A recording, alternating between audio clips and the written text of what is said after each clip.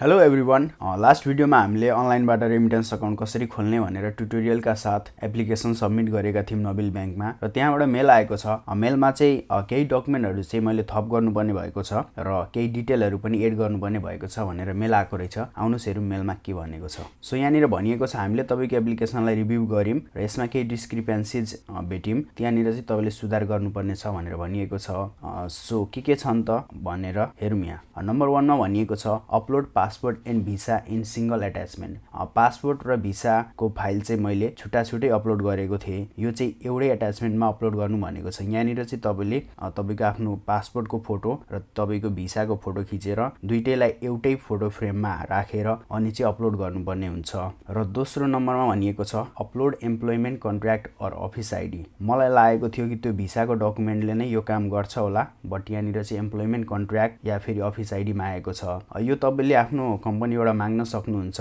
यो फोटोको फर्ममा माग्दा नि हुन्छ। यदि तपाईको एम्प्लोइमेन्ट कन्ट्र्याक्ट ठुलो छ, लामो छ भने, जस्तो मेरो चाहिँ एम्प्लोइमेन्ट कन्ट्र्याक्ट 2 पेजको थियो, सो मैले त्यसलाई पीडीएफ को फर्ममा मागेको छु कम्पनीसँग र उले मलाई पीडीएफ को फर्ममा मेल गरिदिएको छ। सो तपाईले पनि आफ्नो कम्पनीसँग माग्न सक्नुहुन्छ। या फेरि तपाईको अफिस आइडी कम्पनी आइडी केही छ भने आइडी प्रुफ त्यो पनि यहाँनिर फोटो खिचेर अपलोड गर्न सक्नुहुन्छ। र 3 नम्बरमा भनिएको छ mention complete office name with address. र यहाँनिर चाहिँ मैले यो कुरालाई चाहिँ रेलिभेन्ट छैन भनेर छोड्दिएको थिएँ, बट यहाँनिर तपाईको कम्पनीको नेम या फेरि अफिसको नेम र एड्रेस पनि एड गर्नुपर्ने रहेछ। र 4 नम्बरमा भनिएको छ provide correspondence address as per country you are working in. भनेको जुन देशमा तपाईँ अहिले कार्यरत हुनुहुन्छ, म अहिले हाल जहाँ कार्यरत छु यहाँको चाहिँ प्रोपर एड्रेस चाहिँ मैले प्रोभाइड गर्नुपर्ने रहेछ करेस्पोन्डेन्स एड्रेस भनेको ठाउँमा, जुन चाहिँ मैले सेम नै भनेर टिक लगाइदिएको छु। सो यी मिस्टेकहरुलाई सुधारेर डकुमेन्टलाई मैले रिसबमिट गर्नु परेको छ। र इनकेस तपाईलाई पनि सेम मेल आएको छ भने, यदि तपाईले त्यो प्रोसेस फलो गरेर सबमिट गर्नु भएको छ एप्लिकेसन भने मेल चेक गर्नु होला। र यस्तो आएको छ भने तपाईले यहाँनिर फेरि सुधार गरेर रिसबमिट गर्न सक्नुहुन्छ। यसमा कुनै ठुलो डिल छैन। हामी यो लिंकमा जानेछौं। यो लिंकमा गएर हामीले आफ्नो डकुमेन्ट रिसबमिट गर्नुपर्ने छ। र यहाँ मुनि भनिएको छ you can find your application via searching your mobile number, email ID or application request number. यसले लिंकले हामीलाई डाइरेक्ट नबिल बैंकको पेजमा लगिदिन्छ। त्यहाँ गएर तपाईले अप्लाई गर्दा तपाईको आफ्नो मोबाइल नम्बर हाल्नु भएको छ या फेरि इमेल एड्रेस हाल्नु भएको छ या फेरि एप्लिकेसन रिक्वेस्ट नम्बर तपाईसँग छ भने त्यो हालेर सर्च गर्न सक्नुहुन्छ है त। लिंकमा गइसकेपछि तपाईलाई यो पेजमा ल्याएर छोड्दिन्छ। यहाँनिर माथि भनिएको छ enter your customer ID or email address or mobile number. यहाँनिर तपाईले आफ्नो कुनै एउटा डिटेल दिएर सर्च गर्न सक्नुहुन्छ आफ्नो एप्लिकेसन फर्म। म आफ्नो इमेल एड्रेस युज गर्दैछु। त्यसपछि यहाँनिर एउटा भेरिफिकेसन कोड पठाउँछ तपाईको मेलमा। सो त्यो कोड यहाँ हाल्नुपर्ने हुन्छ। त्यसपछि प्रोसिड गर्दिम। सो प्लेस अफ बर्थमा दमक झापा नेपाल भयो। त्यसपछि कन्टिन्यू गर्दिम र रेसिडेन्शियल एड्रेस पनि भयो। यहाँनिर सोधेको छ are the correspondence and permanent address same as residential address. यहाँनिर चाहिँ हामीले नो गर्नुपर्ने रहेछ। र नो गरिसकेपछि correspondence if country is Nepal select values from drop down for state district and town city. Correspondence address चाहिँ यो नेपाल नभएर तपाईँ जुन देशमा बसिराख्नु भएको छ त्यो देशको राख्नुपर्ने रहेछ। सो यहाँनिर करेस्पोन्डेन्स एड्रेसमा मैले आफ्नो एड्रेस हालिसकेको छु, यहाँ हाल साउथ कोरियाको। र यहाँनिर पर्मानेन्ट एड्रेस पनि सिलेक्ट गर्नुपर्ने रहेछ।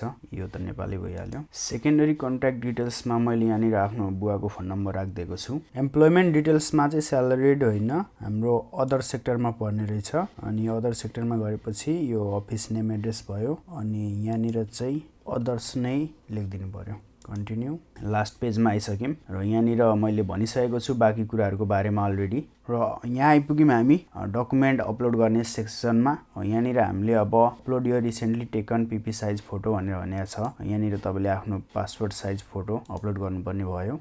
सेम नै भयो यो प्रोसेस। त्यसपछि upload your citizenship or passport here. यहाँनिर पासपोर्ट भन्ने ठाउँमा पासपोर्ट मात्रै नभएर पासपोर्ट सहित भिसाको पनि फोटो एट्याच गरेर अपलोड गर्नुपर्ने रहेछ। सो यो फाइल पनि रेडी छ।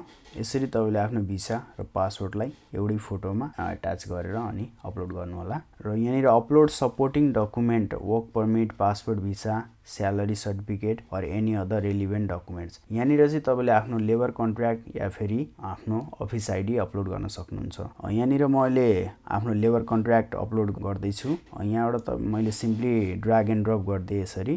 तपाईँले नि यसरी गर्न सक्नुहुन्छ। यो PDF फाइलमा छ, सो तपाईँले PDF फाइलमै अपलोड गर्न सक्नुहुन्छ या फेरि इमेजको फर्ममा नि अपलोड गर्न सक्नुहुन्छ। त्यसपछि बाँकी कुराहरू सेम नै छन्। सो यहाँबाट रिभ्यू गर्न नै सक्नुहुन्छ तपाईँले एकचोटि फेरि केही डिटेल मिस्टेक भयो कि भएन। डिटेल सबै राइट नै छन्। सो सबमिट एप्लिकेसन गरिदिउँ। फेरि कङ्ग्रेचुलेसन्स पाइसक्यौँ हामीले होइन। अब 3 वर्किङ डेज, आई होप चाँडै रिप्लाई आओस् र यसपछिको प्रोसेस रिप्लाई आउन साथ त्यसलाई समेटेर प्रोपर भिडियो तपाईँलाई प्रोभाइड गर्ने नै छु।